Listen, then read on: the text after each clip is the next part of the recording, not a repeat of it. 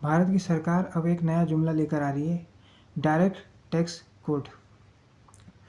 ये middle class की नाराज़गी को देखते हुए ये लोग लेकर आ रहे हैं। जहाँ एक और प्रधानमंत्री कहते हैं कि वन नेशन वन टैक्स, वहाँ अलग अलग टैक्स में स्लैब होते हैं, वहाँ जीएसटी के अलग अलग स्लैब होते हैं, वहाँ अलग किस्म के टैक्सेस लगाए जाते हैं मिडिल क्लास पे। और मिडिल क्लास भी दीवानी है, उस पर कितने भी टैक्स लगा दो वो तो वोट डालेगी। इसलिए कोई ना कोई एक जुमला उछालना था तो वो उछाल दिया है थोड़े समय के लिए। अब इसमें सरकार क्लेम कर रही है कि टैक्स जो है सिंप्लीफाई किया जाएगा। हर बार सिंप्लीफाई करने की बात करके और उसे कॉम्प्लिकेटेड कर दिया जाता है। जैसे इससे पहले इंडेक्सेशन जो आया था बजट में, उसमें भी ऐसे ही कहा गया था। जब आउटरीच हुआ तो इन्होंने ये कर दिया कि जुलाई से पहले जिसने प्रॉपर्टी ले ली है उसके पास 2 ऑप्शन होंगे, इंडेक्सेशन भी हो सकता है और नहीं भी हो सकता है, जैसा आप चाहें। और प्रधानमंत्री ने ये भी कहा है कि हम भारत में बहुत सारे सिंगापुर बनाएंगे। अब इनको कौन बताए कि सिंगापुर में हाईएस्ट टैक्स स्लैब जो है जीएसटी की वो 7% है। वहाँ पे कैपिटल गेन टैक्स नहीं लगता है, वो एक टैक्स हेवन है। क्या ये सब आप वहाँ पे जैसा होता है यहाँ पे कर सकते हो? या फिर जैसी वहाँ पे महंगाई है बस वही यहाँ पे कर दोगे और टैक्सेस तो वैसे के वैसे ही रहेंगे। तो ये इंडियन टैक्स कोड जो है, इसका ड्राफ्ट आने पर ही हम कुछ बहुत बता सकते हैं। अब आगे चल के ये होगा कि आप 100 रुपये टैक्स देते हो तो 80 रुपये देने लग जाओगे। और सरकार की जैसे कि आदत है, एक जगह से टैक्स कम करती है तो दूसरी जगह से बढ़ा देती है। अभी नमकीन में टैक्स कम कर दिया है, लेकिन जो हेल्थ इंश्योरेंस था उस पर टैक्स कम नहीं किया है, उस पर अच्छे से टैक्स वसूल रही है। तो जो ज़रूरतें हैं उस पर कम नहीं करेगी, जो चीज़ गैर ज़रूरी है उस पर दबा कर टैक्स ले लेंगे। तो ये समझना बहुत मुश्किल है कि सरकार जो है इतना एंटी मिडिल क्लास क्यों है। और मिडिल क्लास को भी ये समझना पड़ेगा कि आपको सरकार से सवाल पूछने पड़ेंगे। यदि आप सवाल नहीं करेंगे तो नुकसान आप ही का है।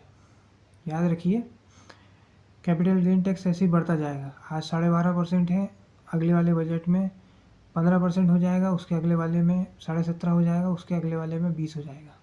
और फिर ये लोग शेयर मार्केट और म्यूचुअल फंड को मेन सोर्स ऑफ इनकम बना देंगे और उसे वो 30% भी कर सकते हैं कल को।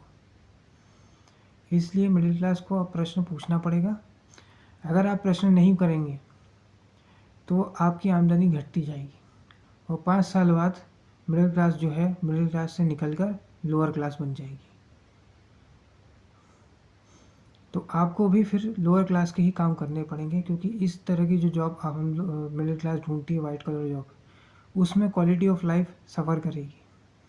और आज के समय में जो 25 साल के युवा हैं वो वैसा काम ये का जॉब भी नहीं करना चाहते हैं, क्योंकि 3-3.5 का पैकेज से ही स्टार्ट होंगे।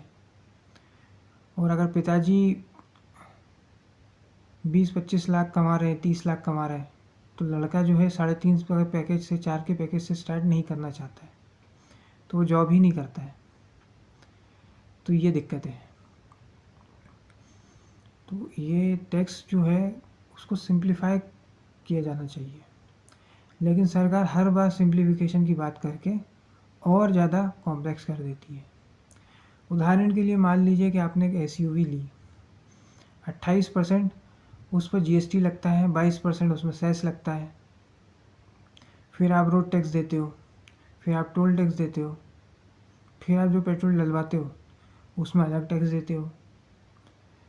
तो इतना सारा टैक्स देने के बाद हमको मिलता क्या है? सड़क के गड्ढे, कीचड़, वाटर लॉगिंग, घटिया इंफ्रास्ट्रक्चर,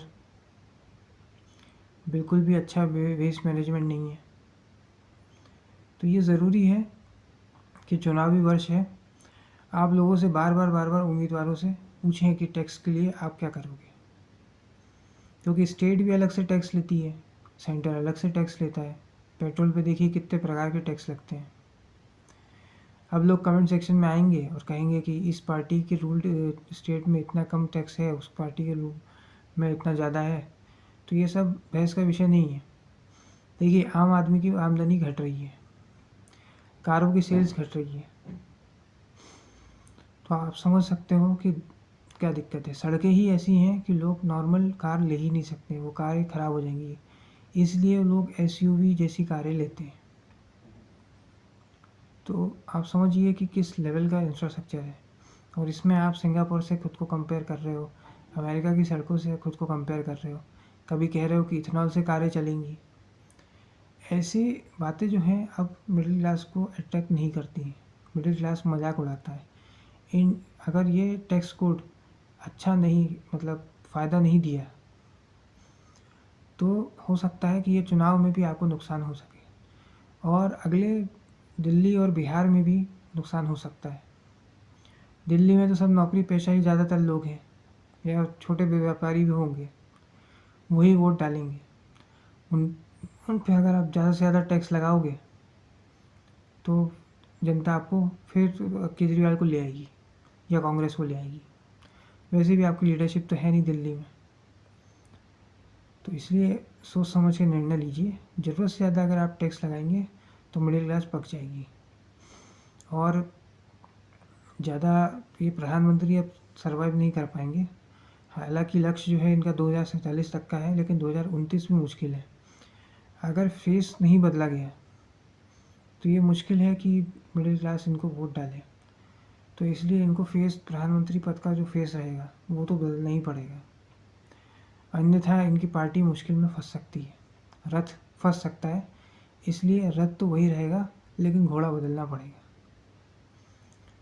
तो सरकार को टैक्स सिंप्लीफिकेशन के लिए काम करना चाहिए। हम 50 तरीके का टैक्स देते हैं और हमारे हाथ क्या आता है, कुछ भी नहीं। तो ये डायरेक्ट टैक्स कोड जो है, ये लोगों को बेनिफिट पहुंचाया जाना चाहिए, ना कि आप और इसको कॉम्प्लिकेटेड करते जाओ। जैसे ओल्ड टैक्स स्लैब में आप वही जो आप न्यू में देते हो वही ओल्ड में दे सकते हैं कि 7 लाख तक टैक्स फ्री कर देते हैं, लेकिन आपने न्यू टैक्स स्लैब भी कर दिया, ओल्ड टैक्स स्लैब भी कर दिया। अभी आप एक बार बस डिफ़ॉल्ट ऑप्शन दो ओल्ड टैक्स स्लैब का, कोई भी नया लेगा ही नहीं। हालांकि आपका जो फ्यूचर है वो यही है कि सारे जो बेनिफिट हैं, एक्सेम्पशन है, उसको हटा दिया जाए और न्यू टैक्स स्लैब में ही सारे लोगों को लेकर आ जाओ। फिर ज़्यादा से ज़्यादा कैपिटल गेन टैक्स लगा दो, ज़्यादा से ज़्यादा टैक्सेस वसूलो। तो ये सिर्फ डायरेक्ट टैक्स कोड जो है आगे जुमला होगा, या फिर इससे कोई बेनिफिट है मिडिल क्लास को, ये वक्त ही बताएगा। अगर ये वीडियो आपको पसंद आया तो वीडियो को लाइक करें, शेयर करें, कमेंट करें और चैनल को सब्सक्राइब करें। धन्यवाद।